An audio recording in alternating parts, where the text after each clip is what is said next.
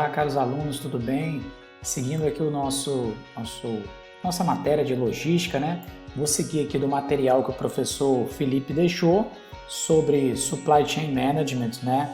Gestão da cadeia de suprimentos, ou também chamado de gerenciamento da cadeia de suprimentos. Então, gerenciamento da cadeia de suprimentos e Supply Chain Management significam a mesma coisa, né?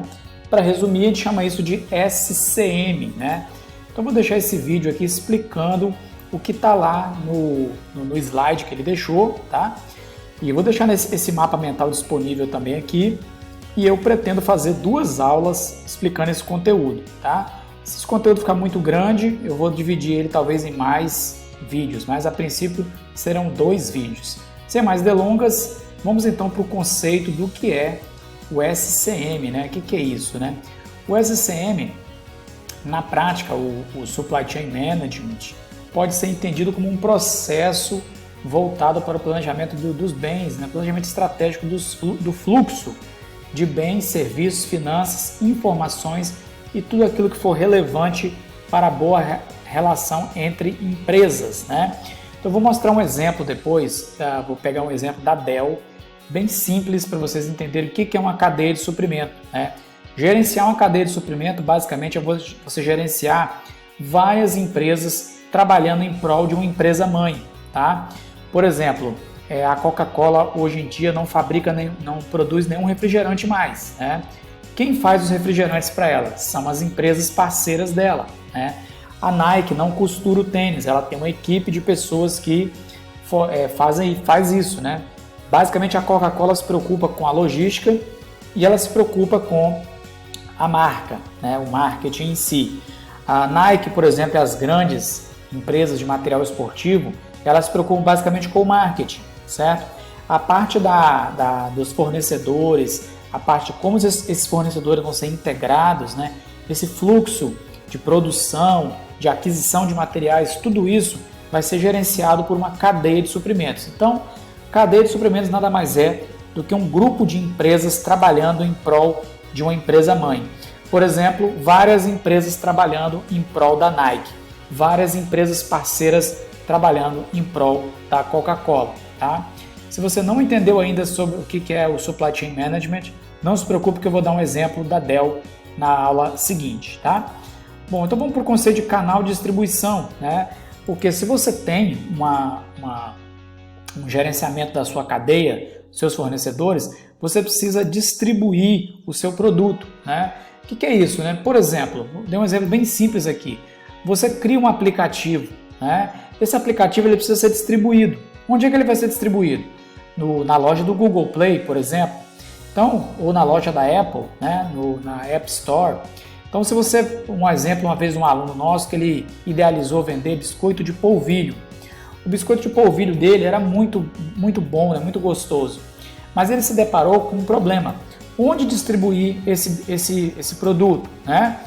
Ele iria distribuir em escolas. Inicialmente, ele queria distribuir em todos os lugares.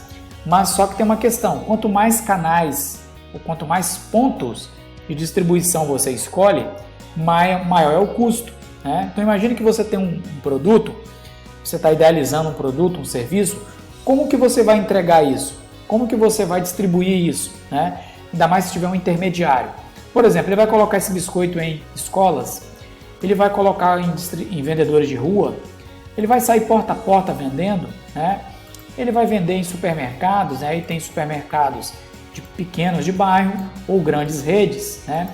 Ele vai pegar pequenos comércios, né? Por exemplo, ali mercearias, ele vai vender de forma virtual, etc. Então, qual canal desses ele vai escolher para vender? Se ele escolher todos, ele precisa ter uma verba, um investimento, um orçamento muito grande para poder conseguir entrar dentro de todos esses canais de distribuição, certo? Às vezes, um produto pequeno é mais fácil entrar em locais onde a concorrência é menor. Por exemplo, se eu estou vendendo biscoito de polvilho e eu for entrar dentro de um supermercado, lá dentro já tem várias empresas que vendem aquele produto, certo? Então, talvez seria mais viável eu começar com escolas, né? Cantina das escolas, né? Ou, por exemplo, atuar com os pipoqueiros, o pessoal que vende produtos na rua, né? Os ambulantes, né? seria um caminho mais viável talvez. Ou dependendo do produto, uma loja virtual, começar de forma virtual, tá bom? Então, para finalizar essa parte aqui, o Supply Chain Management, né, ou o gerenciar a cadeia de suprimento envolve você trabalhar com canais de distribuição, tá bom? Você tem que escolher os canais de distribuição, escolher assertivamente qual canal é melhor. Vou dar um último exemplo aqui. Tem produtos de cosméticos que não são vendidos em farmácias de bairro, por exemplo, ou farmácias de pequeno porte. Só são vendidos na Drogazil, na Pague Menos, etc. Né? Por quê? Porque tem produtos de maior valor agregado que o volume que aquela empresa espera não está em lojas de bairro, certo? Então ele precisa atuar em grandes redes de farmácia, né? Então ele precisa escolher canais de distribuição para escoar a produção ali, a venda dele, canais de distribuição mais robustos, né? Partindo então agora para a evolução que o professor Felipe colocou lá, evolução da gestão da cadeia de suprimentos. Basicamente essa ideia começa ali na década de 50, né? Se vocês bem lembram, a Segunda Guerra termina ali em 1945, né? Então o que acontece no mercado americano, principalmente? Os Estados Unidos ali, eles estão, é o único país que está em condição financeira mais favorável, né? Ele vai ditar as regras do mercado, basicamente, né? O mercado europeu, né? Assim por dizer. Então, na década de 50 há um grande crescimento de todos os mercados, né? Apesar disso, os canais estão pouco desenvolvidos, né? Os mercados eram menores e tinham menos segmentação, menos concorrente. O nível de exigência de serviço era menor, né?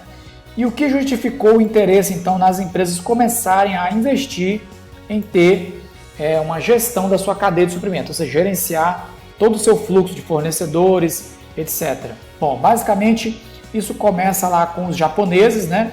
Os japoneses, como eles não tinham, o país, como ele é muito pequeno, eles não tinham muitos fornecedores, eles não tinham como produzir toda a matéria-prima para fazer o produto, que era o caso que as empresas aqui na época faziam, né? Tudo basicamente era primeirizado, né? O Ford, por exemplo, o Henry Ford, da Ford Motor Company, teve uma época que ele já teve fazenda de seringal, ou seja, para produzir o próprio pneu do automóvel da Ford, né? Com essa questão, os japoneses eles não tinham insumos, né? Eles não tinham condições de ter borracha, eles não tinham condição de ter alguns fornecedores que trabalhassem ali fornecendo produto para eles. Então o que eles fizeram? Eles resolveram atrair fornecedores de fora para próximo das fábricas e começou essa ideia de ter fornecedores perto da fábrica, o que a gente chama de cluster, né? Para poder essas empresas conseguirem fornecer num tempo menor de estoque. Então, na década de 50, então, há um aumento, então, depois da década de 50, depois de 45, há um aumento da competição, os mercados começam a segmentar, há um aumento da exigência dos clientes e um avanço da tecnologia, né? Principalmente em software. A solução para a redução de custos foi aumentar, então, a sincronia desses diversos fornecedores, né? Para que aí, então, eles pudessem servir a empresa mãe. Por exemplo, a Toyota, ela desenvolveu uma das primeiras cadeias de suprimento dela, né? Ela conseguiu atrair fornecedores que atuavam fora do Japão para atuarem dentro do Japão, próximo à fábrica, e fornecer as peças para os automóveis. Automaticamente o mercado americano, com o tempo, começou a seguir essa mesma tendência, tá? Quais são as vantagens de você ter uma gestão da cadeia de suprimento, né? Custos menores, porque você começa a trabalhar, apesar de você estar trabalhando com mais fornecedores, você tem custos totais menores, né? Você tem mais escala, maior capacidade de atendimento e nível de serviço. Você consegue ter ganhos logísticos muito grandes, né? Você consegue ter maior satisfação do cliente na medida que você consegue entregar um produto em menos tempo, né? E com a mesma qualidade ou até com a qualidade superior. E a possibilidade de ganhos em escala, né? Como implementar a gestão da cadeia de suprimento de forma resumida aí, né? Como está lá nos slides. Bom, mapeando as etapas dessa... Isso aqui na verdade não está nos slides, mas eu coloquei aqui como um aprendizado extra. O que é isso, né? Para implementar uma gestão da cadeia de suprimentos, uma empresa que precisa fazer isso, ela precisa mapear as etapas, todas as etapas, né? Desde a matéria-prima, desde a fabricação até a entrega do produto final. integração de todas essas áreas, troca de informação com os fornecedores e uma gestão centralizada. As informações têm que centralizar num ponto para poderem ser analisadas e depois distribuídas e assim tomar a decisão, né? Então, basicamente, gente, nós falamos aqui nessa aula sobre o conceito de cadeia de suprimento, né? O SCM, Supply Chain Management, a importância dos canais de distribuição, decisões sobre qual canal de distribuição você atuar, né? Há uma breve evolução de como começou essa ideia de ter fornecedores próximos a uma empresa mãe para fabricar um produto e criar uma rede de suprimentos, certo? As vantagens disso, né, na prática, e como implementar de forma assim breve, como implementar essa cadeia, essa gestão da cadeia de suprimentos. Lembrando que isso é um desafio muito grande, basicamente só empresas holdings, né, empresas maiores, que conseguem implementar uma gestão da cadeia de suprimentos mais avançada, né? Mas empresas de médio porte já conseguem acessar tecnologia suficiente para poder conseguir escalar, né, usando os conceitos da gestão da cadeia de suprimentos. Uma empresa que é aqui do estado do Espírito Santo, que tem feito isso, que começou pequena e foi escalando aos poucos, foi a Wine. A Wine é uma empresa de vinhos, né, online, totalmente online, que vende vinhos por à la carte e vende também por assinatura, né? Se eu não me engano, foi uma das primeiras empresas a fazer isso no Brasil, né?